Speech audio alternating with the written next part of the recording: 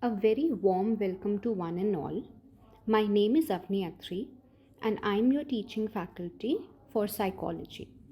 Today we'll be discussing class 12th, chapter 4, psychological disorders, and we'll be following your NCERT syllabus. Let us first understand कि abnormality and psychological disorders इन दो terms का मतलब क्या है. Now, the term abnormal basically means anything that is away from normal. Okay? Anything, कोई भी चीज़ जो normal से थोड़ी डिफरेंट है, चाहे एक्स्ट्रा मतलब पॉजिटिव एक्सट्रीम में हो या नेगेटिव एक्सट्रीम में हो, it will be considered as abnormal. Okay, now ये नॉर्मल के जो हमारे नॉर्म्स हैं, these are set by the society that we live in. एक पर्टिकुलर सोसाइटी में कोई भी चीज़ जो नॉर्मल कंसिडर होती है उससे अवे होना is considered abnormal. Now to define abnormality, usually the concept of 4Ds is used. Here the 4Ds stand for deviance, distress, dysfunction and danger. Deviance is something that is deviant from normal, or you can say anything that is different or on the extreme sides from normal. Distress is that a behavior that causes distress or is unpleasant for self or others is considered as a behavior that causes distress. Dysfunction is any behavior that interferes with your daily life functions because of which you are not able to function properly. And danger, any behavior that poses danger to self or to other people will be considered as dangerous. Now the concept of 4Ds suggests that any behavior or anything will be considered abnormal if all these 4Ds are present. In any case, if even one of these D's is not present, मान लीजिए deviance, distress और dysfunction present है but danger नहीं present है, so we will not consider it as abnormal. ये सारे डीज present होने चाहिए. ऑब्वियसली कुछ लोगों में हो सकता है डेवियंस ज़्यादा हो लेकिन डिस्ट्रेस कम हो, और किसी में डेवियंस कम हो लेकिन डिस्ट्रेस बहुत ज़्यादा क्रिएट हो रहा हो, बट चारों डी प्रेजेंट एटलीस्ट होने चाहिए, चाहे किसी भी इंटेंसिटी में प्रेजेंट हो. Now, there are basically two approaches to understand abnormality. First is deviation from social norms. This is what I was telling you about कि हमारे normal के standards are posed by the society. So this view basically says that any behavior that is not considered normal in a particular society, or that is extreme or deviated from the societal norms or society's normal standards, will be considered as abnormal. Another view, another approach to understand abnormality is the maladaptive approach. This approach basically says कि हर society में normal के standards अलग अलग होते हैं. हो सकता है एक पर्टिकुलर सोसाइटी में being homosexual is considered normal and another society it is considered as abnormal. Then will you say that being homosexual is being abnormal or having a mental illness? No. So this view basically says कि हम society के norms पर नहीं degrade करते हैं abnormality को, but any behaviour जिसकी वजह से आप प्रॉपर फंक्शनिंग ना कर पाओ, आप अपने काम ना कर पाओ, आप लोगों के साथ प्रॉपर रिलेशनशिप नहीं इस्टेब्लिश कर पाओ, आप अपने स्टडीज़ या वर्क ना कर पाओ, will be considered as abnormal.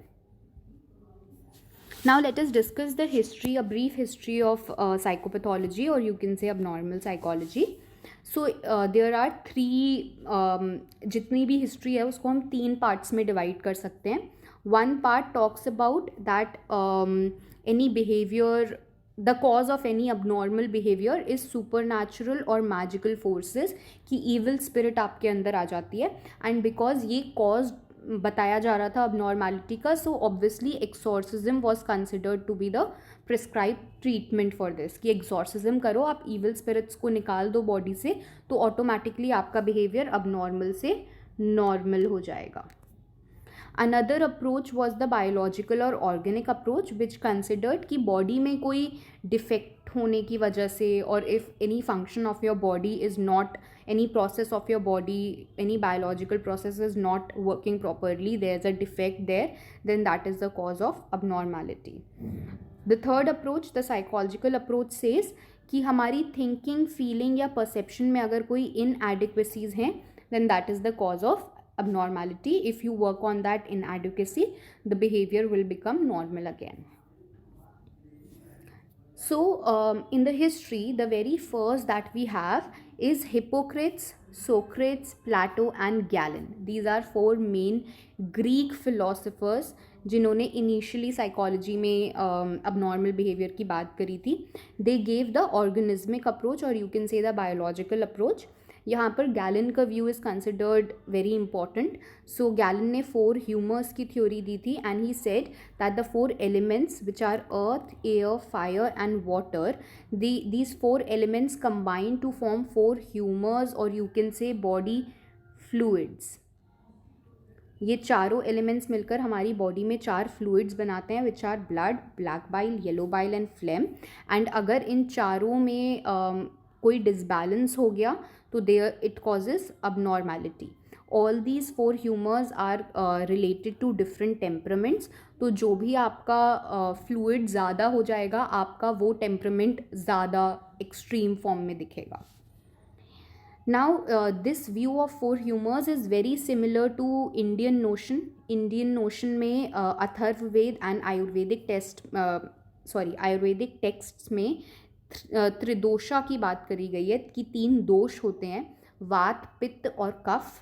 अगर वात, पित्त या कफ तीनों में ही कोई डिसबैलेंस हो गया तो इट कॉजेज abnormality और problems in our body. So this Tridosha view is very similar to the Galen's theory of these humors.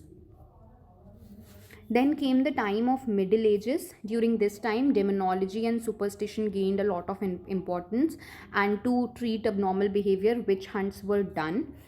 To deal with the evil that is inside us, the evil spirit that is inside us.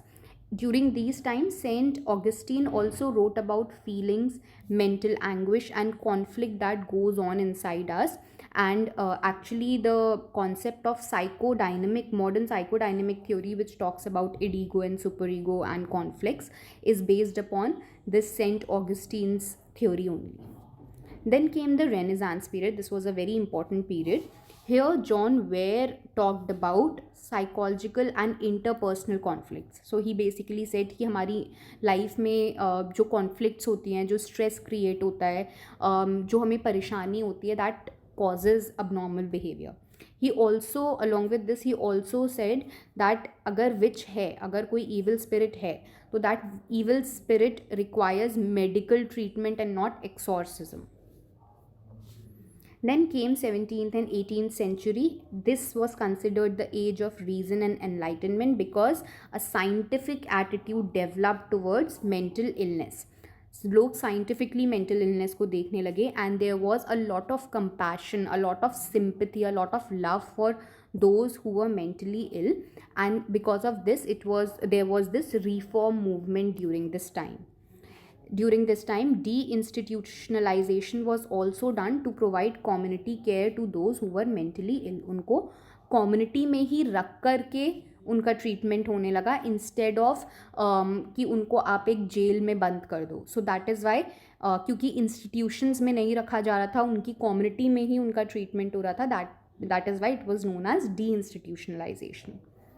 In the current view, in the recent scenario, if you see, in today's time, an interactional approach is used to understand abnormality. This approach is also known as biopsychosocial approach because यहाँ पर माना जाता है कि इन तीनों ही factors, biological factors, psychological factors and social factors, ये तीनों फैक्टर्स कहीं ना कहीं एक दूसरे से इंटरेक्ट करके मिल करके इनकी वजह से कोई मेंटल डिसऑर्डर एक्सप्रेस होता है. तो अगर कोई सिम्टम है तो ज़रूरी नहीं है वो सिर्फ बायोलॉजी की वजह से हो या सिर्फ साइकोलॉजी की वजह से हो या सिर्फ सोशल रोल्स की वजह से हो.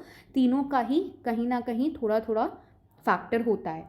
हो सकता है बायोलॉजिकली भी कोई ना कोई प्रॉब्लम हो, देन उसके बाद आप बहुत ज़्यादा स्ट्रेस से भी जा रहे हो एंड देन सोसाइटी में भी आपको प्रॉपर केयर नहीं मिल रही. सो ऑल अलॉन्ग तीनों चीज़ें मिल कर के it leads to the expression of a particular symptom.